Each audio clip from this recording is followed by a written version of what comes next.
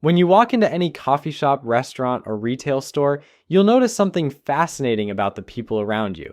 Look closely at their behavior, their choices, the way they handle money. What you're witnessing is a real-time demonstration of why some people build wealth while others remain trapped in financial mediocrity. The stark reality is that most individuals are living paycheck to paycheck, and it's not because they don't earn enough money. The statistics are genuinely shocking. When researchers surveyed Americans about their ability to handle a basic $400 emergency, they discovered that 1 out of every 3 people simply cannot cover it. $400. That's less than most people spend on their monthly car payment. Yet, it represents a financial catastrophe for millions of working adults.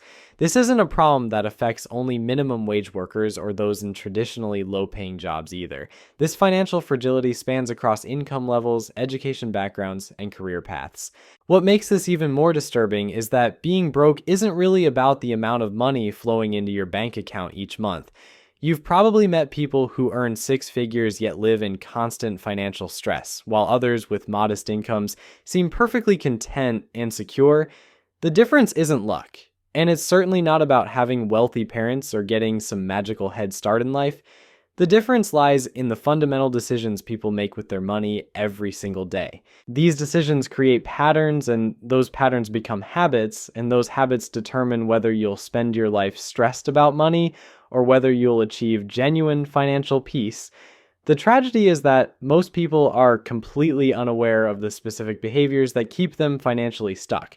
They blame external circumstances, bad timing, or simply not earning enough when the real culprits are hiding in plain sight. Today we're going to dissect the most common reasons why people remain broke. And more importantly, we're going to explore exactly how you can avoid these wealth-destroying mistakes. Some of these might surprise you because they're not the obvious ones that financial experts usually talk about. Others might make you uncomfortable because you'll recognize them in your own life. But understanding these patterns is the first step toward breaking free from them. The first major reason people stay broke is something that sounds almost too simple to matter, but it's absolutely critical. They operate without clear financial direction. Think about this for a moment. If you were planning a cross-country road trip, would you just get in your car and start driving randomly, hoping you'd eventually reach your destination? Of course not. You'd plan your route, identify your stops, and have a clear picture of where you're headed. Yet, this is exactly how most people approach their finances. They earn money, they spend money, they might even save a little money, but they have no specific financial destination in mind. Without clear targets, every financial decision becomes arbitrary. Should you buy that new gadget or put the money towards savings? Should you take on overtime work or focus on developing new skills? These questions become impossible to answer intelligently when you don't know what you're working toward. Financial goals provide the framework for making smart money decisions. When someone has a specific target, like eliminating debt within 2 years or saving for a house down payment, every spending choice gets filtered through that objective. The person with clear goals asks different questions. Instead of wondering if they can afford something, they ask whether that purchase moves them closer to or further from their financial target. The second reason people remain financially stuck is their complete lack of preparation for life's inevitable surprises. Remember that statistic about 1/3 of Americans being unable to handle a $400 emergency? This reveals a fundamental misunderstanding about how life actually works. Unexpected expenses aren't really unexpected at all. Cars break down, appliances fail, medical issues arise, and job situations change. These events are predictable in their unpredictability. When people haven't prepared for these entirely normal life events, they're forced to make desperate financial decisions. They might put the car repair on a credit card, borrow money from family, or even skip the repair entirely and hope the problem goes away. Each of these choices creates additional financial stress and often leads to even more expensive problems down the road. The third major wealth destroyer is living without a spending plan. Most people would never run a business without tracking income and expenses, yet they run their personal finances in exactly this careless manner. They have a rough idea of what they earn and a vague sense of where their money goes, but they lack the precise awareness that comes from actually monitoring their financial flows. This ignorance creates a phenomenon that almost everyone has experienced. You get paid, you make what feel like reasonable purchases throughout the week, and then suddenly you're wondering where all your money disappeared. Without tracking, it's impossible to identify the small spending leaks that drain your financial resources. Those $5 coffee purchases, the impulse buys at the grocery store, the subscription services you forgot about, they all add up to significant amounts over time. The fourth reason people stay broke might be the most psychologically complex. They live entirely in the present moment when it comes to money decisions. There's an understandable appeal to this approach. Life is short, youth doesn't last forever, and there's something to be said for enjoying your money while you're young enough to appreciate it. The problem arises when this present-focused thinking becomes so extreme that it completely ignores future consequences. These individuals make financial choices as if their future selves don't exist. They spend money on immediate pleasures while assuming that somehow, magically, their future financial needs will take care of themselves. This isn't about being overly restrictive with money or sacrificing all enjoyment for some distant retirement. It's about finding the right balance between present enjoyment and future security. The fifth wealth-destroying behavior involves expensive habits that people often don't even recognize as significant financial drains. These aren't necessarily the obvious vices, though those certainly qualify. We're talking about patterns of spending that feel normal and justified, but actually represent massive transfers of wealth out of your pocket. Consider someone who smokes a pack of cigarettes daily. At current prices, this habit costs roughly $250 per month. Over a year, that's $3,000. Over a decade, it's $30,000, not including the compound growth that money could have generated if invested instead. The same person who spends this amount on cigarettes will often claim they can't afford to invest money for their future. Similarly, frequent restaurant dining represents another major expense that people tend to underestimate. Grabbing lunch out daily, ordering dinner a few times per week, these seemingly small choices can easily consume $500 to $800 monthly. Again, this is money that could be building wealth instead of disappearing into temporary consumption. The sixth reason people remain broke involves their relationship with debt, specifically their inability to distinguish between debt that helps build wealth and debt that destroys it. Not all borrowing is created equal, yet most people treat every form of debt as essentially the same. Productive debt helps you acquire assets that generate income or appreciate in value over time. A mortgage on a rental property, student loans for high-value education, or business loans that fund profitable ventures can all be considered good debt. These borrowing decisions help you build wealth faster than you could by saving alone. Destructive debt, on the other hand, is money borrowed to purchase items that lose value immediately and provide no ongoing financial benefit. Credit card debt for vacations, car loans for vehicles beyond your actual needs, and financing for consumer goods all fall into this category. This type of debt not only charges you interest, but it's also secured by assets that are depreciating rapidly. What makes this particularly devastating is that destructive debt often enables people to make purchases they genuinely cannot afford. They're not just paying interest on these items, they're also stretching their budget beyond sustainable limits, which creates ongoing financial stress and limits their ability to build wealth through investing. As we continue exploring these wealth-destroying patterns, you'll start to see how they interconnect and reinforce each other, creating a cycle that keeps people financially trapped regardless of their income level. The seventh reason people remain financially stuck reveals something uncomfortable about human psychology. They make purchasing decisions based on what others might think, rather than what actually makes financial sense. This behavior is so common that it has become a defining characteristic of the modern consumer mindset, yet most people who engage in it would deny doing so if asked directly. Watch people at a shopping mall, observe social media posts, or notice what happens when someone gets a promotion at work. You'll witness this phenomenon repeatedly. Someone buys an expensive watch not because they need better timekeeping, but because they want colleagues to notice their success. Another person leases a luxury car they can barely afford because they believe it projects an image of prosperity. These decisions aren't driven by practical needs or genuine enjoyment. They're motivated by the desire to create impressions. The psychological trap here runs deeper than simple vanity. Many people have convinced themselves that looking successful will somehow lead to actual success. They believe that if they dress the part, drive the right car, and live in the right neighborhood, opportunities will naturally flow their way. While appearance certainly matters in some professional contexts, this thinking often becomes an expensive form of self-deception. The real irony is that truly wealthy individuals often display the opposite behavior. They drive older cars, wear modest clothing, and live in houses that are comfortable rather than impressive. They understand that every dollar spent on appearances is a dollar not working to generate more wealth. Meanwhile, people who are actually struggling financially are often the ones spending the most money trying to look rich. This appearance-focused spending creates a vicious cycle. The more money someone spends on looking successful, the less money they have available for actual wealth-building activities. They become trapped in a performance that requires increasingly expensive props, while their real financial situation deteriorates behind the scenes. Eventually, maintaining the facade becomes so expensive that it prevents them from ever achieving genuine financial success. The eighth wealth-destroying behavior involves a fundamental misunderstanding about how money should flow through their lives. Most people approach their finances backward. They pay everyone else first, then hope something will be left over for their own future. This might seem like the responsible approach, but it practically guarantees that wealth building will never become a priority.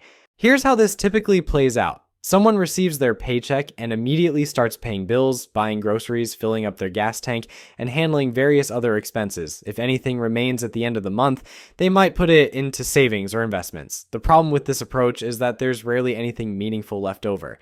Life has a way of expanding expenses to consume available income, and when your own financial future gets last priority, it usually gets nothing at all.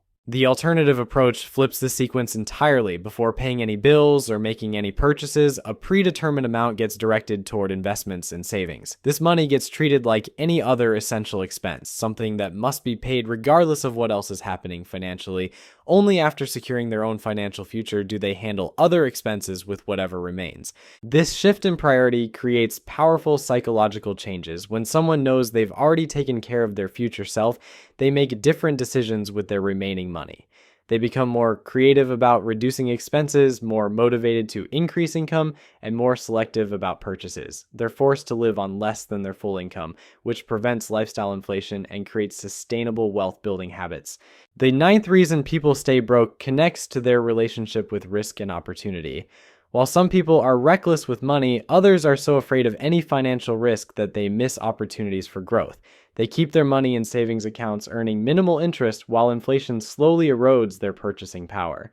They avoid investing in stocks, real estate, or business opportunities because they might lose money, not realizing that not investing is itself a risky decision. This excessive caution often stems from a fundamental misunderstanding about risk. Many people view risk as something to be avoided entirely when successful wealth building actually requires learning to manage risk intelligently. The goal isn't to eliminate risk, but to take calculated risks that offer reasonable potential for reward while protecting yourself from catastrophic losses. Fear-based financial decisions also prevent people from taking advantage of opportunities that require some level of risk.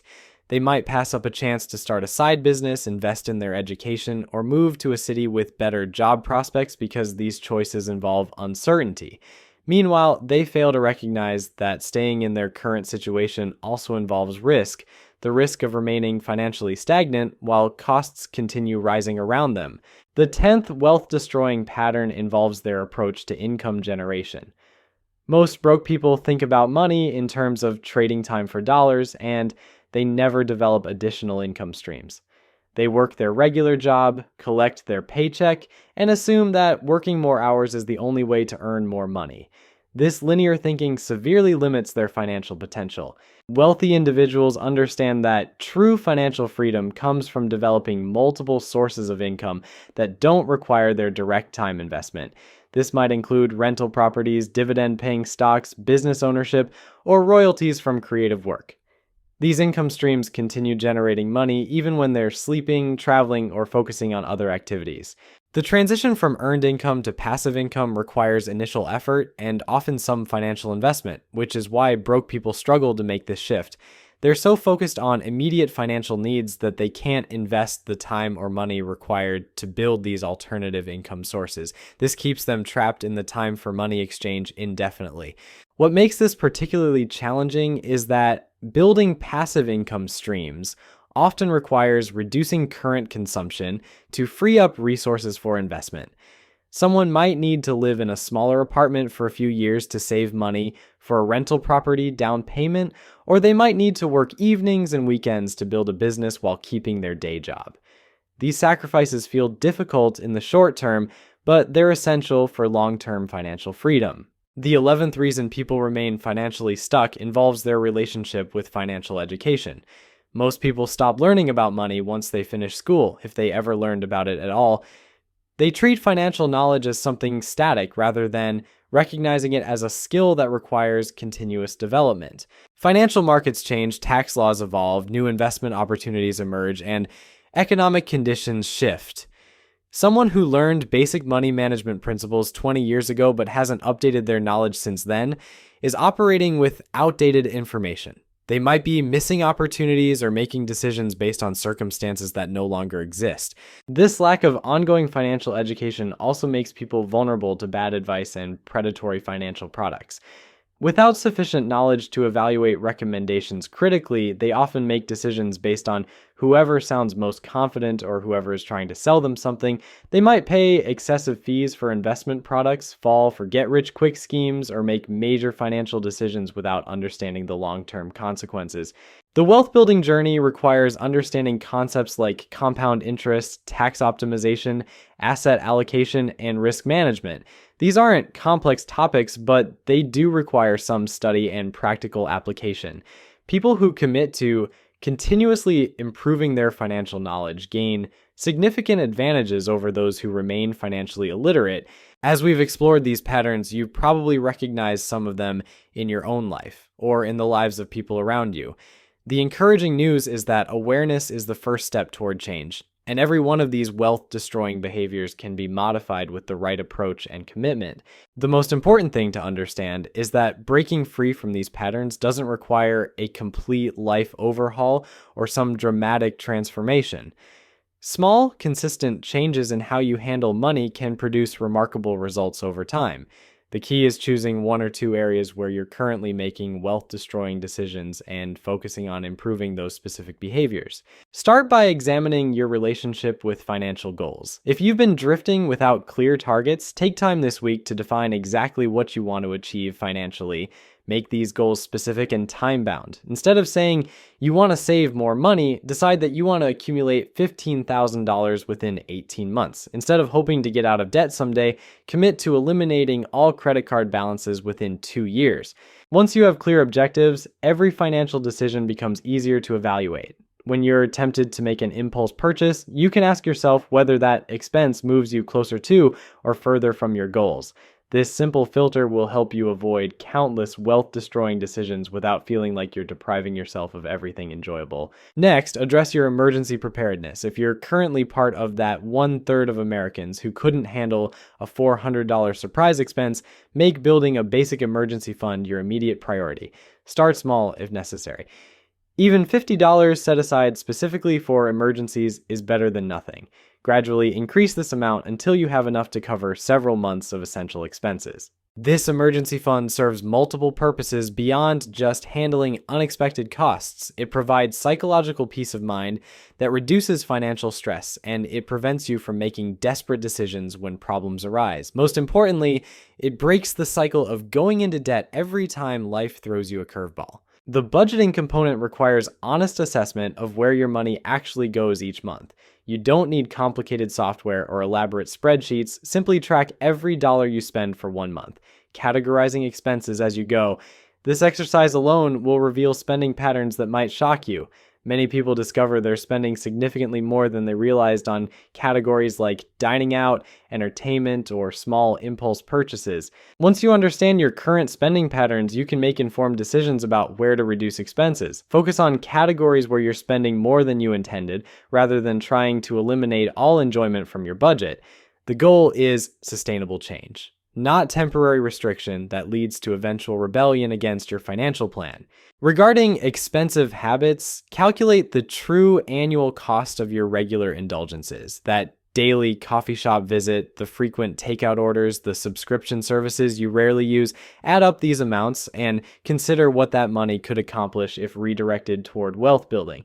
You might discover that seemingly small expenses are actually major obstacles to your financial progress.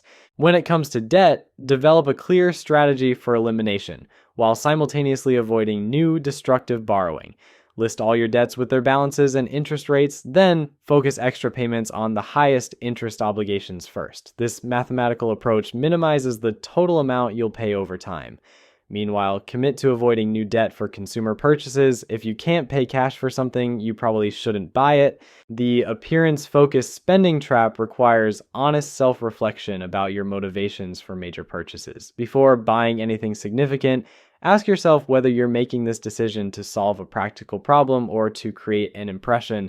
If the honest answer is impression management, consider whether that temporary satisfaction is worth the long-term financial cost. Implementing the pay yourself first principle starts with automation.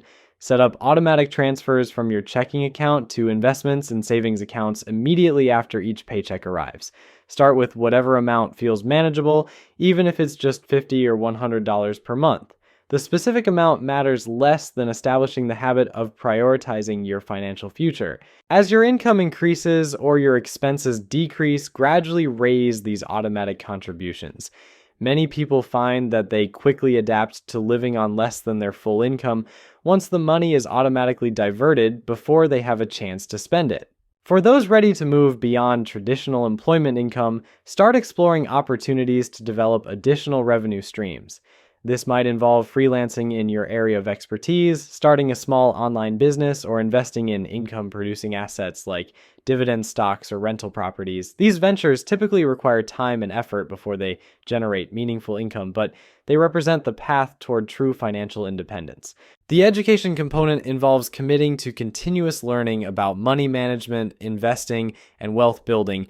Read books, follow reputable financial websites, listen to podcasts, or take courses that expand your financial knowledge. The more you understand about how money works, the better decisions you'll make throughout your life. Remember that wealthy people aren't necessarily smarter or more disciplined than everyone else. They've simply developed better financial habits and made those habits automatic through consistent practice. Every person who has built substantial wealth started with the same basic principles we've discussed today. The path from broke to financially secure isn't mysterious or complicated. It requires making different choices with your money consistently over time. Some of these choices involve spending less on certain things so you can invest more in your future. Others involve taking calculated risks to increase your income or develop new revenue sources. What separates people who successfully build wealth from those who remain financially stuck isn't luck, inheritance, or exceptional income. It's the willingness to acknowledge wealth-destroying behaviors and systematically replace them with wealth-building habits. The sooner you begin making these changes, the more time compound growth has to work in your favor. Your financial future isn't determined by your current circumstances or past mistakes. It's determined by the decisions you make starting today. Choose to break free from the patterns that keep most people broke, and you'll join the minority who achieve genuine financial freedom. The question isn't whether these principles work, it's whether you'll apply them consistently enough to see the results.